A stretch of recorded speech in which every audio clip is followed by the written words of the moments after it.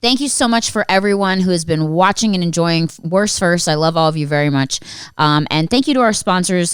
This week we have a sponsor, Usual Wines. They're called Usual Wines, which is a great wine for the modern drinker. It comes in its own individualized canisters, which is fabulous, so that you are not wasting an entire bottle of wine on a friend. You give them one, they feel kind of guilty if they ask for another one. No one's getting too wasted at your house. It comes with 6.3 ounces of liquid, which is like a glass and a half of wine. Okay, so enough to get you a little, tipsy, hopefully, unless you're a crazy drinker. But it comes in amazing flavors. For summer, they have a Brut Rosé. They have regular Brut. They have a red blend and a sparkling white wine. It's really fabulous. All the grapes are from like Sonoma, Santa Barbara County, really well made. And on the plus side, also low carb, low calorie, which is great. Low sugar, so you're not like, might as well have a piece of cake, right? If you're going to eat a glass of wine, eat a glass of wine, drink a glass of wine. My friends have personally loved it, which is great and always good to hear. I don't like giving them things they don't like, so I'm glad to have them as a sponsor on the podcast. And if you guys are interested in trying Usual Wines, you can head over to Usual Wines, that's USUAL wines.com, and enter the promo code WORST, WORST, and get $8 off your first order. Cheers.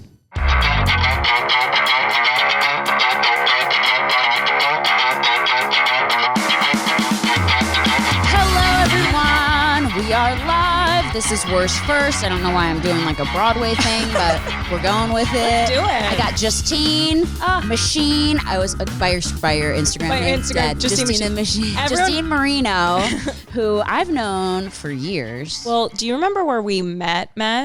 Not the Unknown Theater? Oh, was it an audition? It was we were on Reality Hell. Oh my together. God, yes, Reality Hell. Yes, I block it out as well. Oh my God, dead. That was so crazy. I don't know if you guys remember. It was the show on E where we punked people. Yeah. It was like a punked. It was from the creators of Punked. Yeah. Todd Hurwitz and those guys were on Punked. Yeah. And we would play different characters and we would prank people. So like, what was the episode you did? We did one where it was like a dating show, I think. Yeah. And I just remember being in a garage and we were all there was one girl who didn't know, and then we were all just acting like we were contestants. We were pretending we were contestants on a dating show, and basically so everyone on these shows would be actors except for one person who was the mark, and then we try to like convince them that they're either on a dating show or America's Next Top Model or whatever, and we fucked with them and it was really fun.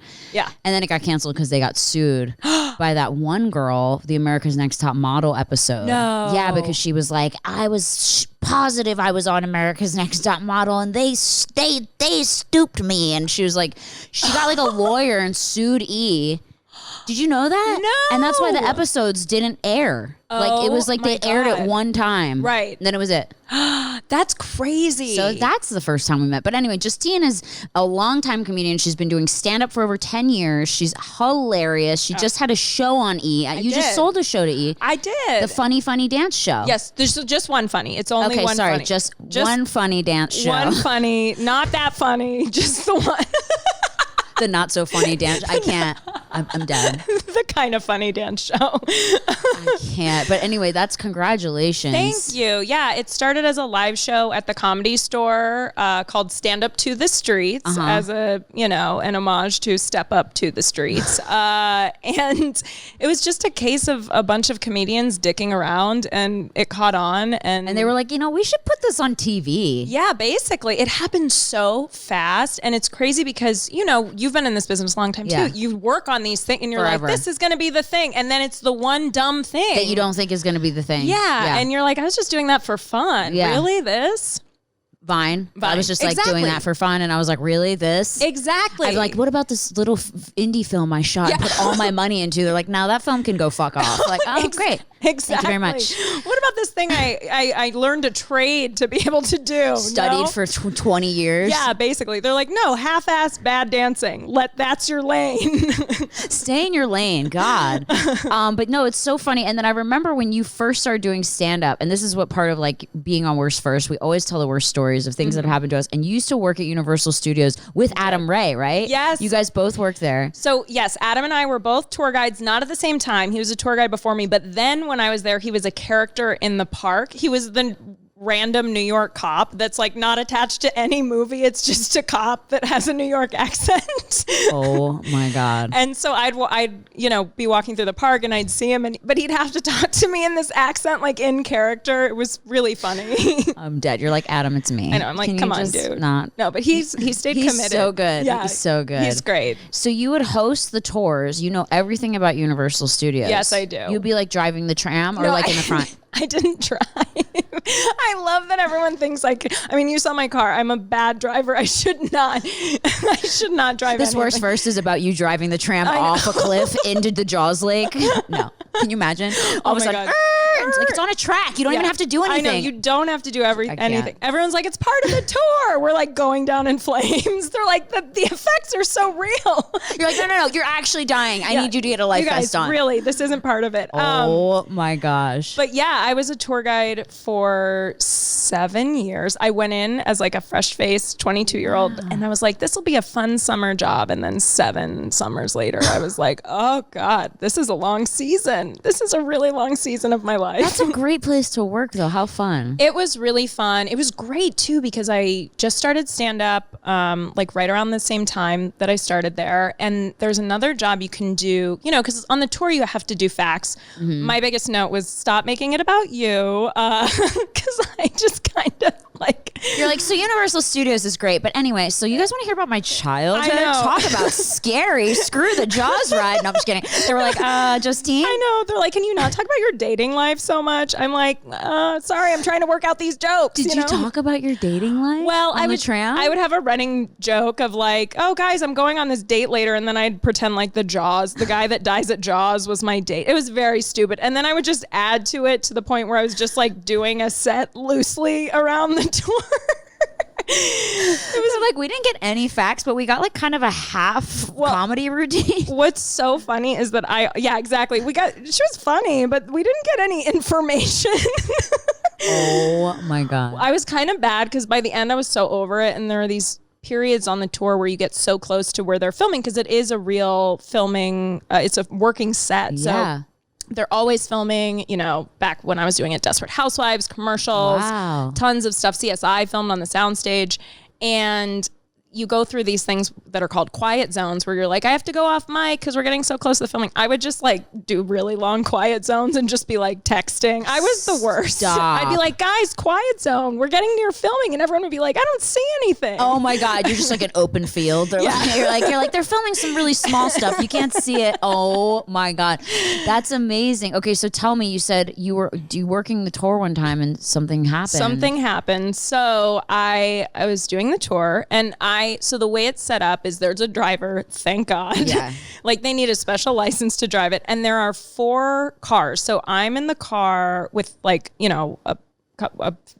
100 people or so in the front, and I'm facing them, and I'm like a little bit elevated, and then there are 3 other cars, and so we're going through the whole tour, and as we're coming up for the finale, where I don't know if you've been on it, but Jimmy Fallon sings this song called "Tramtastic Day," and it's yes, because Jimmy Fallon is the host of the tour, so he does all these video things. Like I'll be like, and now back to Jimmy, my co-host Jimmy Fallon. So you've co-hosted with Jimmy Fallon. You put that on your resume. Yes, absolutely. Worked very closely with Jimmy Fallon. But we're coming in and I'm texting because this was towards like, I only worked there for like a few months after this, but I'm texting and I look in the back row of the front car with me. I see these 3 blonde women and they're kind of like signaling to me and I'm like, what the fuck? And they mouth, he's masturbating.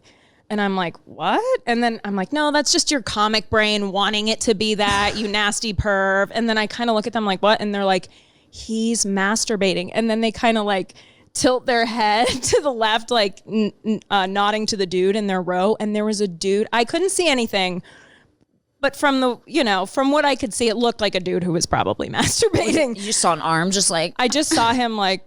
Stop. It was crazy. And I was like, oh my God. But again, I'm such a comic that in my mind, I was like, that's hilarious. Fuck yeah.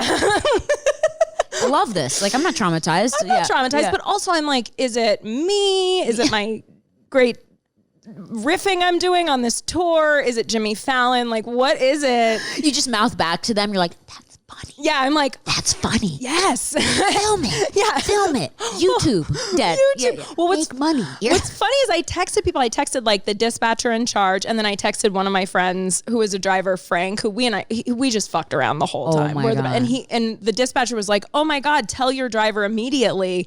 And then Frank was like, "Take a picture." So it's like he gets it, you know. Oh my God, I can't. But I tell the driver.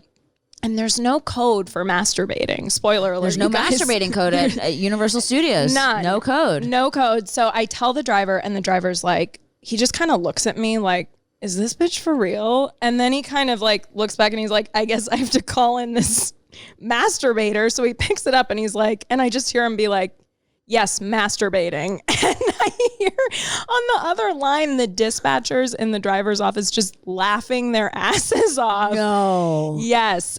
Because the way like the tour guides are all kind of like they're all like theater nerd people. Yeah. And I always fit in more with the drivers because they're kind of like cool. Yeah. They're blue collar. They're like union guys. They're like, they like to fuck around. So they all start laughing. And I have to finish the tour. Like in my mind, I'm like, well, we're so close to the end. And he's like, me too. He's like, the guy's like, me too. I'm so close.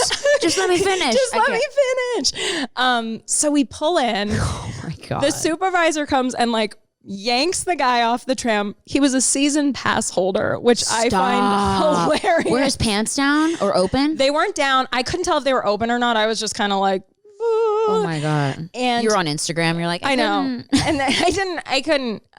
But he pulls the guy, he like rips off his season pass and bans him from the park. But the women didn't want to press charges because they were so traumatized. They were like, we just want to get out of here. Wow. They were for sure tourists, you know. Did they say they saw his wiener? They didn't say, like they booked it so fast. I think they were like sheltered, like uppity, they were like Mormons. Yeah, probably. They were all in like Mormon garb, just like, oh Lord, this was our one outing. Like, no, truly. It was like a grandma, a mom, and a daughter. And I was just like, God, I feel so bad. But here's the kicker though. So about, I come in, everyone applauds because my tour is that good, that it gets people masturbating. And you're like, so he thinks I'm hot. I know. So still got it. But a couple weeks later, my supervisor hits me up. He's like, oh, Justine, can I see you in my office? And I'm like, he's like, hey, I was told by the security person you were texting on the tour. And I was like, no, I was texting for help. And he's like, well, the footage shows you were texting from the beginning of the tour on. So oh my God, I can't, because you were so over it. Because I was so over it at that point. I mean, I was starting to do stuff on purpose. And I was just like, my stand-up stuff, TV and stand-up stuff was kind of starting to take off. So I was like, I'm not going to be here long. But it was funny because then I got like suspended, or I got a warning. Like I got in trouble and the other dude got off, like in every the masturbator got off. You got in trouble. And I got in trouble. You're like, you know what? Next time I'm not calling in the masturbator. Yeah, he can finish in peace. Okay. You're like, why am I getting in trouble for the masturbating situation? That's how I felt. Wow. I know. And so then when you left that job, were you just like, bye bitches? So what happened? I basically, I had filmed a special with Jenny McCarthy that she did of all female comics. I think I remember that. What was that called? Dirty, Sexy, Funny. Yes. And it was like Tiffany Haddish was on it, and Paula Bell, Tammy Piscatelli, and Lynn Koplitz, and it was awesome. And then, so we filmed that in November of 2013 when I was still a tour guide. So it was like, I literally went and did that and then had to come back and be like, welcome to the studio tour. Oh my God. You're like, you guys might want a picture now because I'm about to be famous. Yeah, basically. And I was on the road a lot, like featuring for big people. Like I remember one person who had seen me I had opened for Joel McHale. I love him. I know, he's so great, the nicest dude. And these people were like, oh, we saw you open for Joel McHale. You really are a tour guide. Like, because I did material about it. They were like, we're so sorry. I know. Like, it was actually really funny. Yeah. Why are you here still? But so we did the Jenny McCarthy special, and then we were going to be going on a tour. So it was going to be during the summer, which is their really busy season. So I had a little It's okay. Boocha burp. Booch burps are all welcome here. So I was like, let me take a leave of absence because I could keep my insurance because their insurance is so good. It is so good. And so I was like, let me take a leave of absence and just see what it looks like. Yeah. So I took a 3-month leave of absence. Like the next week I booked a commercial that was like, ran like crazy. Like it was amazing. Just, I kept getting signs like, okay, you can go. Yeah. And then I like got, and I had just done NACA Nationals, which is a big, college comedy showcase. So I was doing a lot of colleges, and then I got Just for Laughs Montreal, New Faces, which is a big thing. Huge. So it was a great year for me. It was a perfect time for me to leave. So but I kind of did it like, kept my foot in the door for a second just in case. Kept your foot in Jaws' mouth. You're like, I might need to come back because that insurance though. Insurance is great. That's all I ever want is insurance. I'm such a hypochondriac. Me too. In health, in relationships, in friendships. I need all kinds of insurance. Totally. Yeah. That's hilarious. But yeah, so I left and I held on to the leave of absence for as long as I could until they were like, you have to come work a shift. Yeah. Or we have to fire you. Yeah. Or this has to be done. And I was like, okay, well, thank you very much. Aww, but they're probably so bummed to lose you. I know. It was all good though. And what's crazy and kind of a bummer about, Funny Dance Show premiered like basically right when everything shut down. Like our premiere party was March 11th. And the next day, everything was like, everything's closed. Oh, wow. Yeah, we were all like, oh no, do we have it? Because we were all like in the tiny belly room at the Comedy Store where it all started with like a bunch of just dancers, comics, everyone who was on the show. And it's a small, there was so many, it was like 80 people in there. And we were all in this tiny thing. And then the next day we're like, it's like, don't be near anyone. Yeah, you were just like near 1,200 people and like 3 feet of distance. I know. Did you freak out? A little, but I was just like, I just have to trust it already. Yeah. It happened. There's nothing I can do about it. The thing that I was the most nervous about is Josh had just come back from Italy and he came and it's when it was bad there. It was when it was bad there. I know. And so I was so nervous about that, but I didn't get it from him. Yeah. But no one got it that I know of. And then everything shut down. But what we were supposed to do as part of the promo is they were going to have me go back and do a promotional tour at Universal. And they were going to make a mandatory, they have like little, Universal NBC properties that they have to plug throughout the tour. So they were going to make everyone plug the Funny Dance Show and like show a clip of me in it. Yeah. So, I mean, it was a nice idea that we had. We never got to execute it because of Corona, but it's all good there. Yeah. I love them so much. That's so great. And it did well for you guys and everything? Yeah, I think it did well. It's an expensive show to make, so we'll see. You had good people on there. We had great people on the people we were able to convince to like dance so funny. Yeah, so fun. But some can really dance, like Fahim. Anwar is a good dancer. Yeah, Fahim Anwar's great. And he did not come to play. Like he was like, I'm gonna do it. Do you watch his Instagram? He actually really vibes all the time. He does. And he had never he loves dance. He has the dance hour. Fahim, that's his podcast. It's like Fahim's Dance Hour. But he had never danced on the live show. He judged our very first one, but he was so good. Like Allison Holker, our dance judge on the TV show, she was like, you can really dance. Yeah. Like you were owning that choreography. Yeah. So great job, Fahim. Yeah, great job, Fahim. You have a future in dance and world of dance with, go ahead on there. Jennifer Lopez will love you. She will love hilarious. You. Yeah. Okay, so how are you doing during all this? Like, are you doing okay? Like, because I know you're like me, where we're very health aware. Yes. Is that a way to call it? Health aware. Health paranoid. Health. Every time I have like a tickle in my throat, doctor, like 911. Yes. Just paranoid. Too aware of all the sensations in our bodies. So aware. And my high school principal actually told me, she was like, you're a hypochondriac. Like hypochondriacs are more sensitive to sensations in their bodies than anyone else. And that's what like drives them crazy. So I try and remind myself of that. It doesn't always work. No. How did your principal end up telling you that?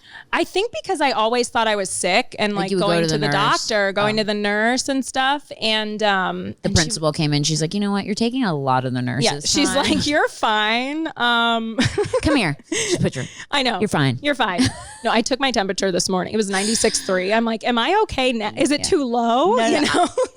This is me. I literally own a blood pressure cuff and I have a heart monitor. I have an EKG thing. I can check my shit all the time. That's so good. And it is, but it's also terrible because then I'm checking. You can feed it. I'm feeding it all day. I'm checking my heart rate. I'm checking my blood pressure. I'm checking everything, every little sensation I feel. And I've like obviously talked about this so much to beat it to death on the podcast of how bad of anxiety I have. But anxiety can cause severe chest pain, sweating, nausea, whatever, right? Yeah. So I'm like, anytime I feel any of those symptoms, it's like I check. And then obviously when you're having an anxiety attack, your blood pressure's through the roof. Totally. Your heart rate's through the roof.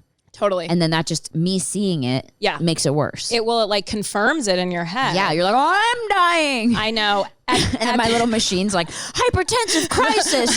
Get to the hospital. I'm like, I'm about to order a fucking, what's it called? The alert buttons, the life alert. Oh my I'm God. 34 and I want that. My husband's like, what do you want for your birthday? I'm like, life alert. Life alert. Do not give me any ideas. Life alert best friend bracelets.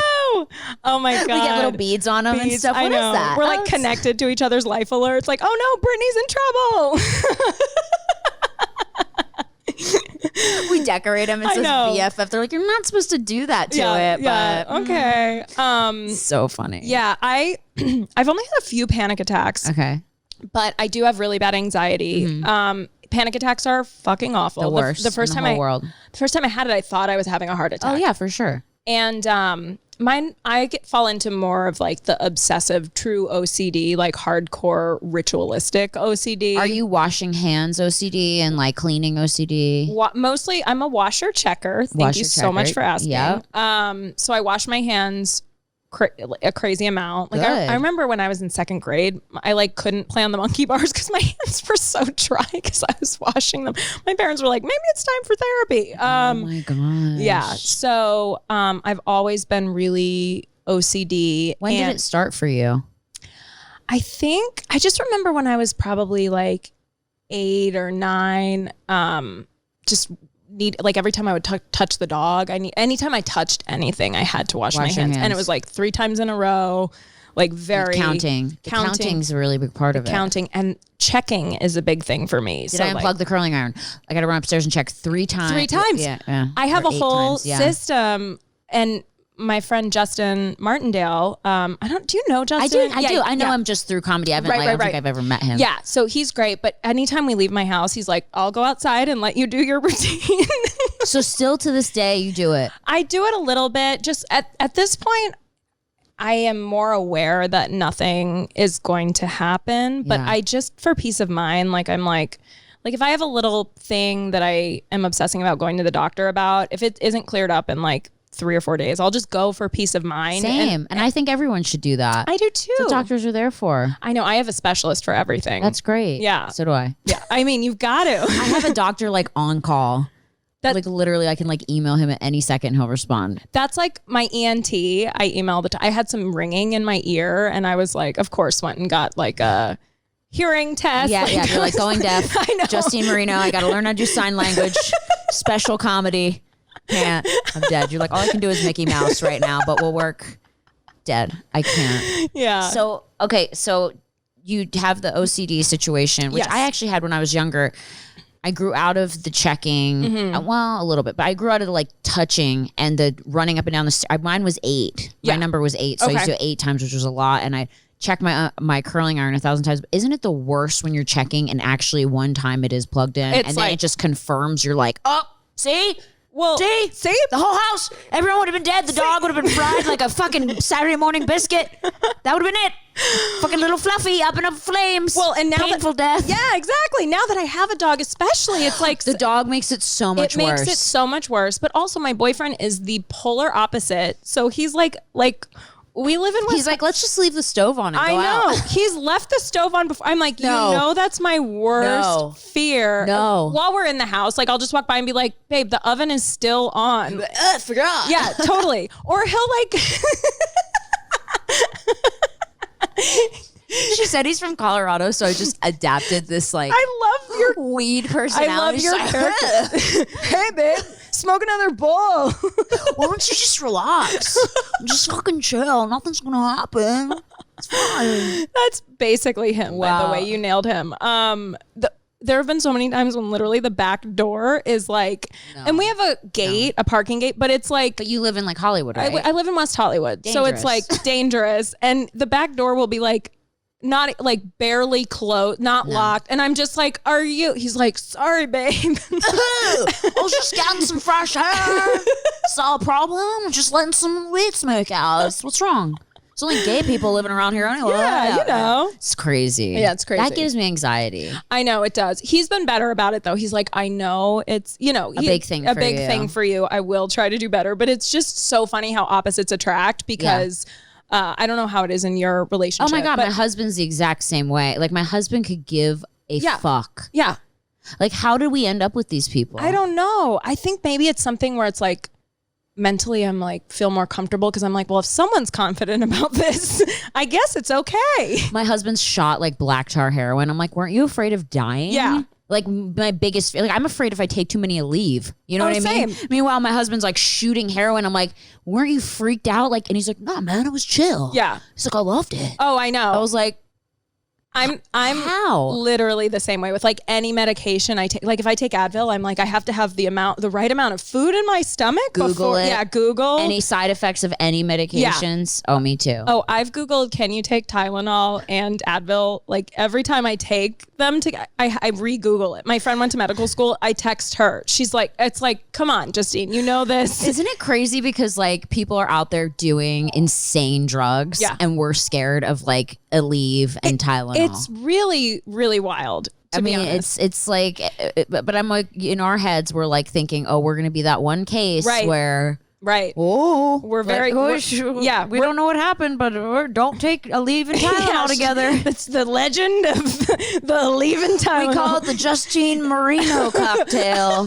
Now in medical books, it was a very rare experience where she took 2 Aleve and 1 Tylenol and that was it. That was it. It's basically the same as taking a strong bit of cocaine, just like making it up. You're like, yeah. So weird. I know. I'm the same way. Well, also, it's never like you might have a bad reaction. It's death, immediate death. Always, it's not like a bad reaction. It's worst case. You might have to go to the doctor. Or like you're like no, or like just feeling sick. Like you're just gonna die in your sleep. Full death. Is your anxiety worse at night? Yes. Sometimes I'll wake up in the middle of the night and be anxious. I mean, sometimes I'll usually just get a snack and like pass back out. But best thing for anxiety, cookies. I can't. So what do you do for your anxiety? Like, how do you cope? I meditate. You do? Yeah. Every day? I try to meditate every day. Good for you. It really helps. I'm not on any medication right now. God bless you. Yeah. I mean, not that it's bad. I don't want to say that like it's bad because I'm on it. So it doesn't matter. Since I have ADHD, antidepressants never worked for me. They always made me feel dead. Yeah, like like that's just how they make me feel. Yeah, too. Hence maybe. Yeah, I just fall asleep halfway through the podcast. I'm like, and we'll be right back with worst first, you guys. So they make you feel like shit. Yeah, they just make. I haven't tried one in like years and years since high school, but yeah, we realized that stimulants were more the medication route for me, and then I got off of them when I came out here, just because I wasn't in school, and I was taking such a high dose that it wasn't the best. Stimulants are so interesting because I told you I was on Adderall for years too, and it really made me so happy because they're uppers. Like I mean, it kind of increases everything, like your thought process and your epinephrine. What's it called? Non-epinephrine and I don't know. Anyway, serotonin. Everything gets happy. Yeah, you're like, oh, I'm so lit. Yeah, I have so much energy. Totally. And then at one point, like I just got to the point, kind of like you, where like it just became my heart was just pounding. Yeah, and I was like, you know what, my heart is beating really hard. Yeah. Time to probably like not do this anymore. Yeah, not too long after I had stopped taking it, I was at a wedding with a guy. I was at a table at a wedding with a guy who like ran a rehab and was a doctor within that. And he said that basically stimulants can just like stop working and kind of just give people panic attacks if they're on it for too long. So I was like, that makes perfect sense. That's what happened to me. Yeah, it was really fun. So fun. And then the crash from getting off a stimulant is... It's awful. I stayed in bed for a month. What about you? Well, I mean, it was an adjustment for sure. Yeah. But I think I had to totally like, I had such a bad reaction towards the end where I was having so much anxiety that it really felt like a relief to be off of it. Off of it. That's good. Yeah. And I just feel like, and I tried like maybe one other time, I tried an extended release. I think I tried Vyvanse just to see. But again, it was just ever since then. Just anxiety. Our bodies just change too over time. Like it's like your body, I feel like will kind of tell you when it's had enough of something. Yeah. You know, and it's interesting. I think it happens with every medication almost. Like your body is almost just like, okay, like we've done this for a really long time, kind of over it. Totally. And then all of a sudden it either stops working or you have a bad reaction to it. Yeah, definitely. Out of nowhere. I think I'm glad I was on it because I never did any like hardcore drugs or anything because it was basically like that, well, right? You're basically like on cocaine for like fucking 7 years. Yeah, totally. It's crazy, right? Yeah, it's really crazy. It's funny because, you know, I don't really, I have edibles all the time, but. Do you? Yeah. How is that? It's good. You know, I was a big party girl in high school. That's wait. I want to hear all about this. I have so many. You're a party girl in high school? I was a major. That's where Justine the Machine comes from. What? Okay, we're taking a quick break, you guys, and then we are getting back with party girl Justine Machine on Worse First. We'll be right back. Thank you so much, everyone, for watching and hopefully enjoying this episode of Worse First. Worse First is brought to you this week by Usual Wines, which is interesting that it's called Usual Wines because, honestly, it's been an unusual experience for me. I don't really drink, but my friends do drink. And when they come over, it's annoying because they'll pop a bottle of wine and either finish the whole thing, an expensive bottle of wine, mind you, or they will pop a bottle of wine that's expensive, have one sip, and because they're lightweights, the rest will spoil and go bad because I don't drink it. So annoying, right? So this company, Usual Wines, has wine for the modern drinker. Okay, the wine comes in individual canisters and it's 6.3 ounces, which is like a heavy pour of wine, like a glass and a half. And that way you're not opening up bottles of wine and wasting them or, you know, having your friends drink these crazy expensive bottles of wine. And this wine is great tasting. They're made from world-class AVAs in California, like from Napa and Sonoma and Santa Barbara. And the wine has different flavors. It's a red blend, a rosé, a sparkling white wine called Brut, and they also have a limited production just for summer, which is a Brut rosé. Ooh, love a rosé. The great thing about it is that it's actually low in carb and has 0 grams of sugar. Okay, so not only are you not wasting wine on your friends, but you're not wasting calories on them either, which is great for them, and they will love that. So if you are interested, you can go to their website, which is www.usualwines.com, and use my discount code WORST, WORST, that's usual, USUAL wines.com with the discount code WORST, okay, when you check out, and you get $8 off your first order. So try your first glass of wine on us. Okay, we're back. That was so good. Okay, we're back. So you got your name, Justine the Machine, in high school. You know Bert Kreischer, they call him the Machine. I know. You guys should do a machine tour. I know, we should do a machine tour. I feel like I've only met Bert like once, but everyone's like, Bert's the Machine. But and you're like, no, I'm the like, Machine. No, but also, I don't know who was first crowned the Machine. I was first crowned it in like, I think 2002 or 2003, because I basically went through all my hard partying in high school. Like I first got shit-faced when I was 14. You weren't scared because with the health anxiety and shit and the checking? No, I think because the booze, it was finally like I could not worry and not think. So it was that relief of like stopping my brain from overthinking. And also I was so fun.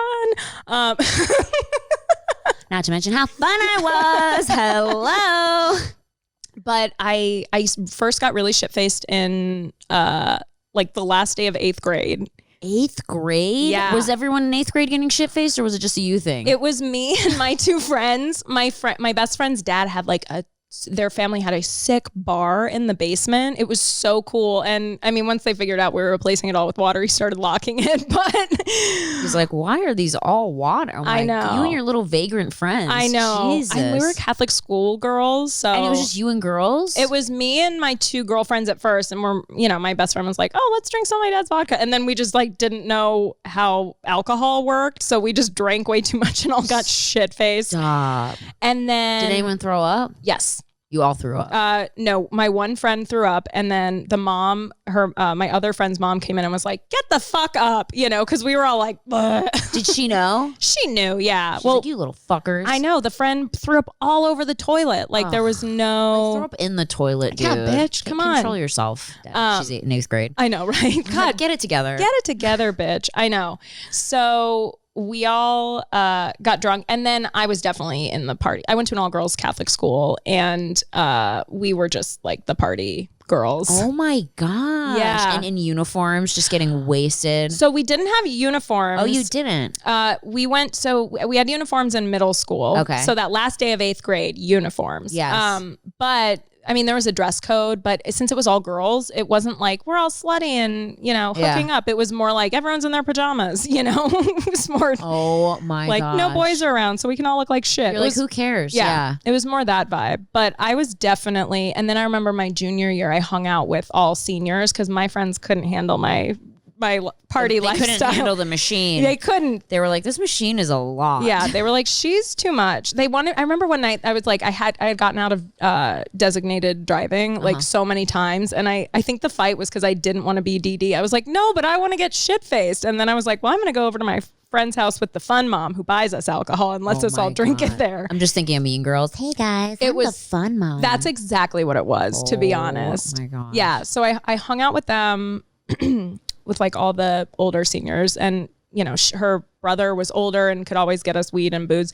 And then at the end of the year, they were all graduating, and I made up with my regular friends. You're and like, you guys can hang, I guess. I was like, well, I guess I'll DD one night. I love it. But then when I got on the Dexedrine, which was in the fall of my senior year, I didn't have any desire to drink, and I was paranoid about mixing. And also, I remember, actually, you know what it was? I drove one night. It was the night that I actually did DD. I woke up and I felt so good. I was like, I remember what happened and have energy. I'll try this headache. again. Yeah. And then I just I have an addictive personality. So if I feel good doing from something, you keep doing it. I want to do it. Yeah. Do it to excess. Yeah, exactly. So I did that with not drinking. Great. Yeah. Do you drink now? No, not really. I mean, like this whole year, I think I've had one glass of wine, but not really. It doesn't make me feel good. I don't like it at all. I like edibles though, because I feel a little silly, but then the next day I fall asleep and sleep well, and then the next day I'm like, and fine. So wait, so you take edibles? Yes. And then how do you? Because I've taken an edible before, and I was fucked up. Yeah. And like I'm talking about, like I thought I was seeing shit. Right. So how do you take, like, so what do you take, a little bit, or what do you do? Like, how do you know how much you're taking? So I started out, well, now luckily they have all the dosage and everything on the package. Read it. But I started off just like microdosing, doing 5 milligrams, and then like working my way up to the point where now I buy the same one, so I know what's gonna happen when I take it. But so what happens? You take it, and then like how long is it until you start seeing dinosaurs? It actually always hits me really fast. For some reason. Yeah, I don't know if I just have a fast metabolism or what, but like I feel like I always feel it within an hour, and then suddenly I'll be like fine, and then I'll just be like, ooh, feels a little more fun now. Does it feel fun for you? I think so. It feels a little like I'm in my own world. I love cleaning my apartment when I have had an edible. So you're like productive on it. I am productive on it. See, I'm not. It's so weird. I used to not be. I would just be like, that's how I used to be. Staring into the void, just. Oh, my favorite. The chair is talking to me. Oh, totally. Yeah. No, I think microdosing was the solution for me. But now I'm pretty. So you clean on it, and it's fun because it's like you're kind of like in like a cartoon, right? You're like, and you're then like talking to your broom. Your boyfriend's like, oh, that's my girl. He's just wasted, fucking high as shit, just watching snowboarding or something that people from Denver do. Oh my God. Like, oh, it's my fucking chick, man. Love her. Your impression of my boyfriend. That's nothing like that when I meet him. I'm obsessed. So you just got like on the right. So that's what works for you. It works for me. But again, I'm still like, my boyfriend makes fun of me because I'll be like, I think I'm getting I have a lot of addiction in my family. So I'll be like, I think I'm getting a little carried away with the edibles. And he's like, you take 10 milligrams. Yeah, like, chill. What are you talking about? There's people that probably eat like 10 times the amount as you. That's what he said. He's like, people do way worse. He'll say like, people shoot heroin. Like, at least you're not doing that. Yeah. So I feel like, you know, that helps you. It helps. Is it an everyday thing? It's not every day. I do try and like have a couple days where I don't, or if I have like something where I need to be really focused the next day, I won't. But if it's pretty chill, like we're in quarantine, so it's kind of like, you know. So what do you get? Like a cookie? I get these. So I'm vegan now. Oh, you are? Yeah. Good for you. Well, I had a really bad sugar addiction. Oh, you did? Which I don't know if you remember. You did love sweets. People would make you cupcakes and bring them you dessert all the time and shit. I remember that. And do you remember at Josh's surprise birthday party? Oh, yeah. You ate like the entire cake. Yes, but also... Oh, my God. I almost forgot about that. So I wanted to bring this up because I wanted to clear my name. Because Josh is like, yeah, everyone said you took frosting and wiped it on our wall. Oh, on the wall, yeah. Okay, there was a frosting wall incident, but those were not the exact circumstances. What happened is the cake had been shoved up against the wall and the frosting got on the wall and I like wiped it off and licked it.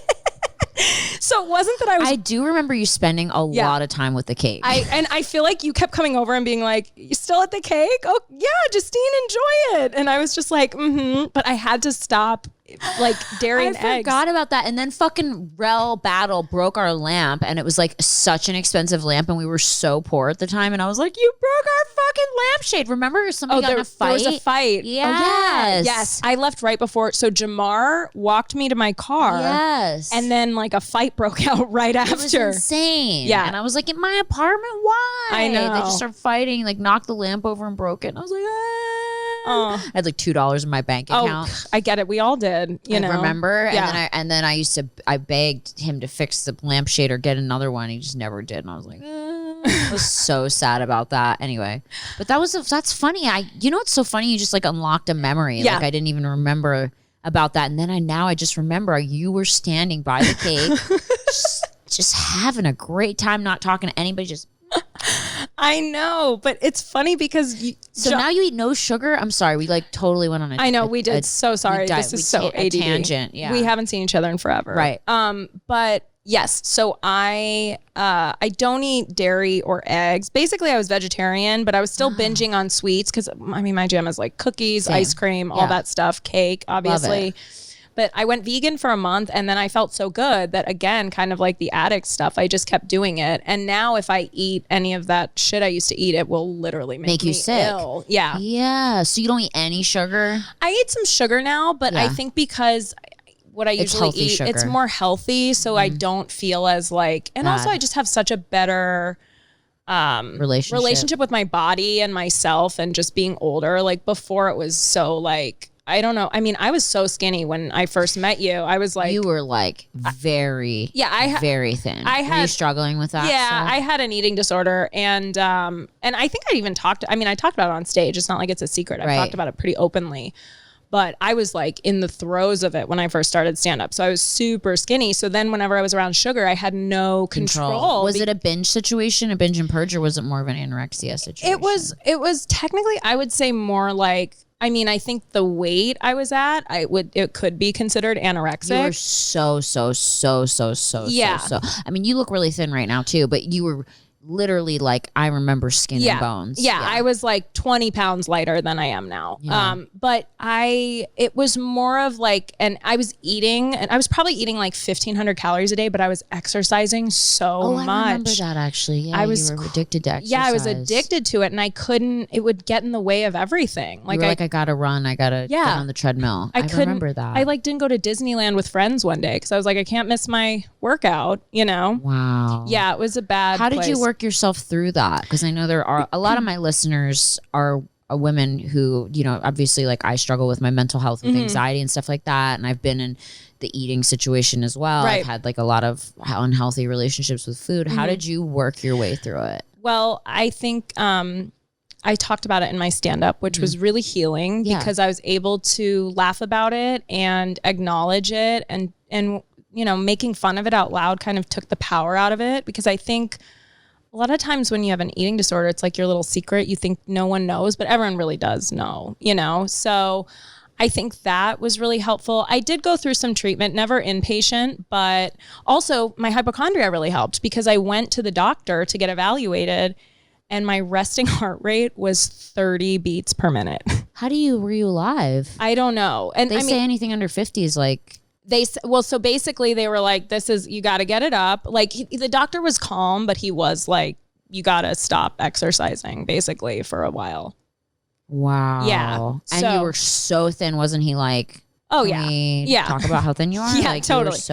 Well, I went to, because of the food stuff, I just was like, well, let's just get checked out. Yeah. A few friends have said, I remember I was at 24 Hour Fitness in Sherman Oaks and this gym buddy that we just talked when we were at the gym together. He came over to me. He was kind of like a weird, like clairvoyant kind of guy. And I remember one day he was like, I'm getting messages about your ovaries. And I was like, what? It was the most LA thing. But I was like, maybe he's onto something. Maybe, a hypochondriac, don't tell me twice to go to the doctor. Your ovaries are speaking to me. You're like, okay, calm down, Jedediah. I know. Wow. So LA. So LA. But then you went. I went. Well, it was a bunch of, and then I remember a woman at Tybo. That's how long ago this was that I went to Tybo. Oh my God. A woman at Tybo said something like people who weren't. Were they like, are you okay? Like that's what they were saying. Were you going through dysmenorrhea where you weren't getting your period? Yes, I had that happen too. I didn't have a period for a year or two. 2 years. I didn't have it. Well, it was hard because I had a little bit of some eating stuff when I was a senior in high school, but I was on birth control, so I always got it. A period. But I didn't get as thin as I did when I first met you, and then I got off birth control and it was just gone for a while. And then I got really thin and it was gone. And it wasn't until I didn't get it for probably like 3 or 4 years. Wow. Yeah. Wow. Yeah. That's a long time. It was a long time. I know. And that's like the number one sign I think that you're like underweight is when you're just not getting it, period. Like you're so thin. Right. Your body is like, we can't even lose anything. I know. We can't lose blood. Yeah. Yeah. Well, that's the first thing to shut down because it's it's like the one that you don't need it to like live every day, So, but now I'm good. I know. Getting them like a normal person.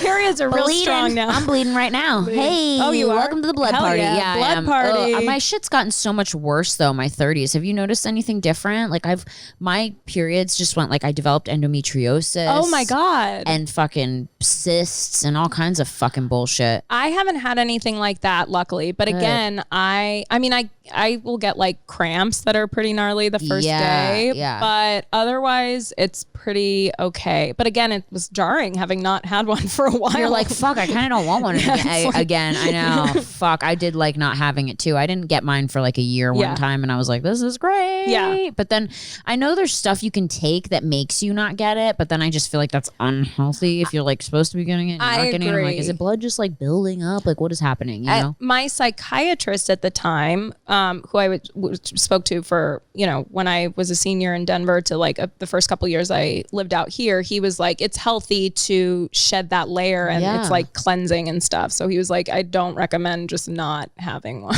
I feel so much better when I get it. Yeah. Don't totally. You? Yes.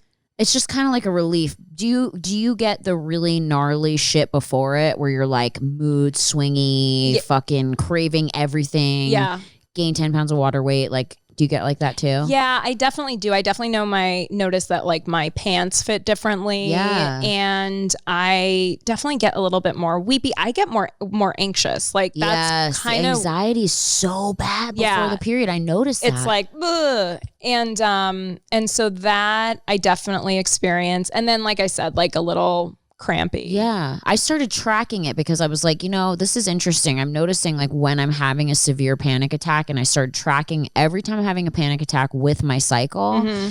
And every time I was having one where the ones where I want to go to the hospital was every single time, the day before my period.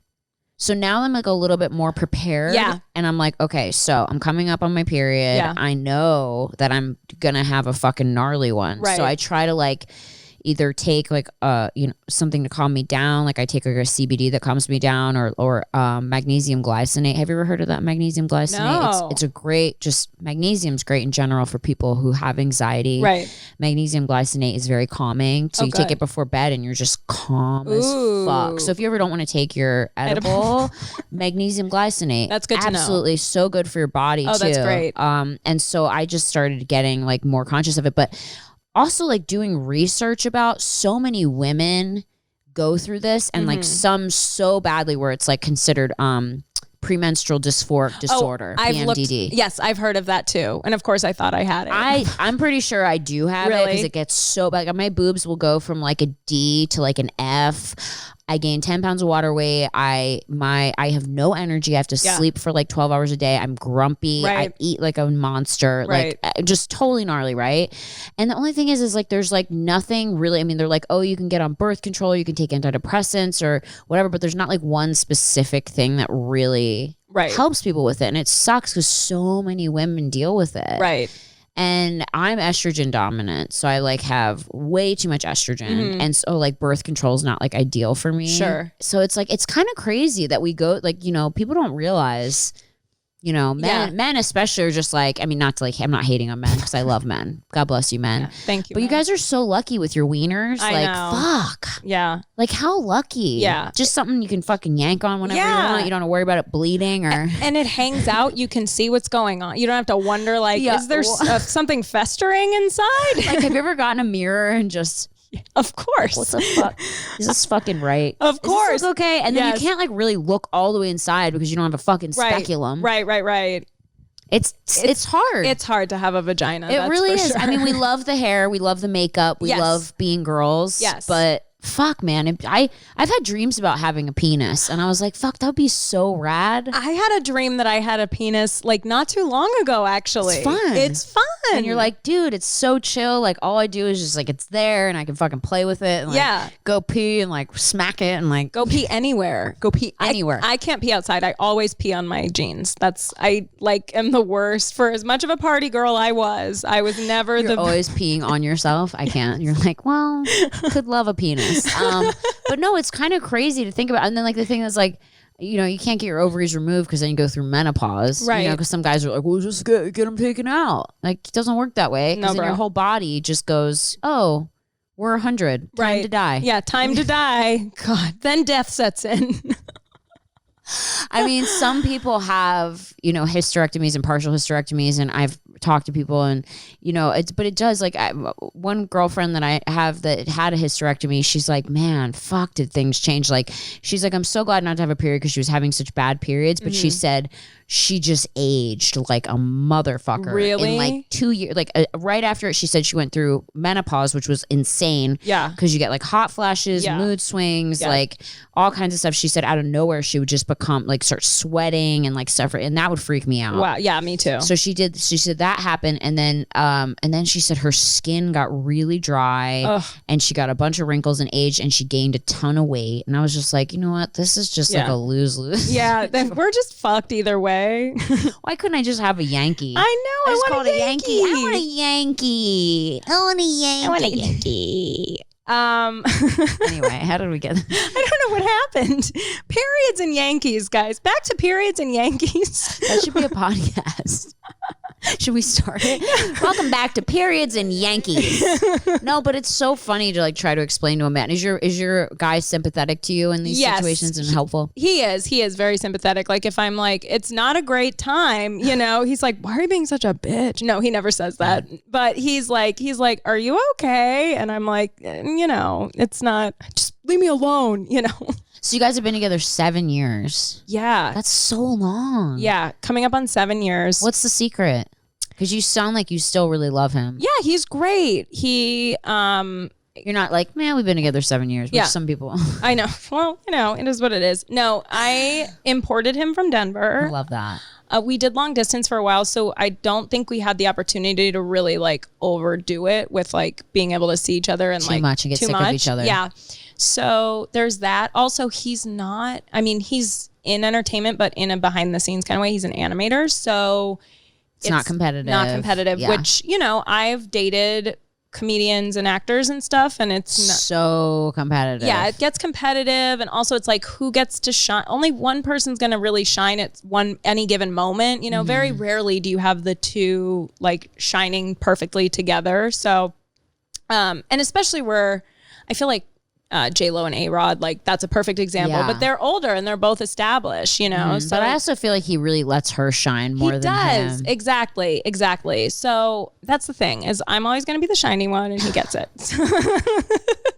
Love that. No, but he's great, and he's so supportive and smart, and just like a nice, normal guy. I love that. And he's cute. See, and he's cute. And do you want to have kids one day or no? What's your like stance on that? It's interesting because I never really thought about it, but lately, you know, I'm 35. I don't even know if it's the itch. It's just like more the who's going to take care of me when I'm old. I think about that all the time. Yeah. It kind of scares me because I'm like, when we become old and we have to go to a nursing home if we don't have any children. Yeah. Like, who visits us? What happens to our stuff? I know. That's what I'm like. Who do I leave it to? The nurse? That's what I'm saying. It's like, I don't know. My friend's kids? That's why I'm like, should I? I mean, I have a few more years, but even though now. No, you do. You have lots of time. Fucking Janet Jackson had a baby at like 50. That's true. But it's so offensive. At 35, it's considered a geriatric pregnancy. Like, can we not call it that? That's rude. It's rude. Come on. It's an over-the-hill pregnancy. Rude. Yeah, I think about that too, and it freaks me out. I mean, my stepsons are in their 20s, so they're not even that far behind me. So I guess I'll just hang out with them, hopefully. Yeah, totally. I'm sure they'll be fine. I know, that's why I'm like, my younger cousin, she and I are really close. Yeah, you're like, I'm going to have somebody. I mean, I think my brother is having a baby with his girlfriend, so maybe then I'll have a niece or something. But well, that's what I talk about with my friends. I'm like, do I need to like breed caretakers? Like, I feel like that's where I'm at, because that's how good we are. Is like, we know like our parents will always have us, right? Like they can always, you know, when they get old and need help or whatever, right, we'll take care of them. Totally. That's just what children do. I mean, most children, if you have a good relationship with your parents, you're not a dick, right? You try to figure it out. But then I have the same fear as you. I do. I think about that a lot. Yeah, it's because I wouldn't say that I have the itch. It's really just like a worrying, like, it's a worrying. What about like, me? It's a self-centered thing. I need to breed a caretaker. Stop. That's a funny joke, but it's true. Yeah. It is, because I mean, and my boyfriend's like, I'll take care of you. I'm like, you're the same age. Yeah, dude, you're probably going to die before me. One of us is going to go first and the other's going to be alone. I mean, look at my husband. He's 57. I'm going to be like by myself. Well, maybe I'll die before him because I worry so much. Yeah, there's always hope. I tell him that all the time. I'm like, you're 57, but like, watch, like, honestly, because I'm just so paranoid all the time. Like, just fucking, Yeah. Just pass out one day. I know. She died. There's no cause. She just died. Literally, I just feel like a psycho. Like, I feel like one day I'm just going to be like, I feel you on that, because I'm just like, sometimes when I'm getting worked up and I'm doing my checking routine before I leave, I'm just like, let's just take me now. Yeah, you know, like, this is great. Like, you know, like, it's kind of great. You get to the point where you're just like, fuck, how much more of this can I take? Yeah. And I mean, my dog's she's not going to take care of me. I know. She's so cutie. Nina the Weena. Oh my God. Dude, I've loved having you here. Thank you for having me. This has been really fun. Thanks for sharing your masturbation stories and all your like personal stuff. I love it. Like, it's good. Of course. People get to really know you here on the Worst First, which is great. I love that. And I, like you, I mean, I think it's important to talk about stuff so people feel less alone. So and we let everyone know. Yeah, they're not the only one going through the worst. You know, people always say to me like, you're fucking rich. You live with your rich husband. You don't got shit to worry about. I'm like, well, no. Should try living in my brain one day. It's pretty not fun. But yeah, no, it's crazy. So guys, please go and follow Justine on Instagram. Did you ever just change it to Justine Marino? It's just, I follow you. It's Justine Machine. Justine Machine. Except there was another girl who got Justine Machine before me. Can you do Justine Marino? Can you change it? I mean, I feel like you're so successful now. I probably could. God bless you. Thank you. I probably should do that. Yeah. Yeah. Just for business. Just for business. I know. What if you do a comedy show? You're like, it's Justine Machine 1. Like it's like your mom's Facebook friend. Like it's Rosie Ann 2275. Don't forget the 2275. What if I just changed my last name to Machine? What if that was the move? That'd be dope. Justine Machino instead of Marino. Justine Machino. I kind of like that. Sounds like you're bionic. Yeah, it does. I do love that. So Justine Machine 1 on Insta. Yes. What about Twitter? It's at Justine Machine. I got in. At Justine Machine. She vibed on the Twitter. That's great. And then you have, what's going on with stand-up? Is it happening right now? It is. I'm so glad you asked. Yeah. I just started doing shows again. Yay. Yes. We love a show. Guys. See? Oh, thank you guys. Life is still happening. Much. Yeah. No, it is. It just started. This amazing woman, Tammy Jo Darren. Oh, I love Tammy Jo. She's great. So she's been in the game a while. She has been, and she built this beautiful set. It's an outdoor venue. It's at the Magic Castle in the parking lot. Amazing. It's all in cars. It's socially distanced. She has like a fucking COVID person there taking temperatures, checking symptoms, making sure you're distant. Like she'll come over and be like, guys, you're talking too close. Like it's so safe. Love. Everyone has their own microphone. I have my own microphone. It's love that. It's great. So you just take it home with you. You're like, honey. I know, right? Honey. Relationships, am I right? He's like, please stop. He's like, it's 2 a.m. Justine. I get.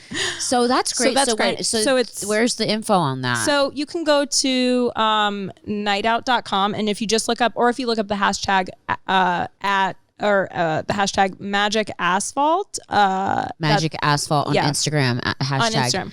Yeah, and so it's every other weekend, but this weekend, I don't know when this is coming out, but this weekend. This will be like in a week or two. Okay, cool. So this will be old by the time this comes out, but like Bill Burr, Jay Farrow, Fortune Feimster, and Justine Machine. I love Bill. He's been on here. That's fucking rad. Yeah. And what about touring? Are you touring or no? I'm not touring, but I do have a podcast also. Yes, you do with Justin Martindale. Yes, it's called Glitter and Garbage. Love that. Which one's the garbage? You? Well, it goes back and forth. It's funny. It's fun. We used to live together. I used to binge eat all his cookie butter. It was a real time. Oh my God. Yeah. So Glitter and Garbage. And we're doing a live show at the Comedy Store on September 24th. Is the Comedy Store back open? It's not technically, but you're gonna do it outside. We do it in the window of the Comedy Store, so people can stand outside and watch. People can watch. Okay. Well, technically not, but right. Wink, wink. But yeah. Oh, dude, I'm so happy for you. Thank you so much. Thanks for coming here. Of course. I'm so excited. Things are kind of semi working their way back to normal. Yeah, totally. A little bit because I know it's like you get a comic, you need to perform. Oh, I know. I didn't know.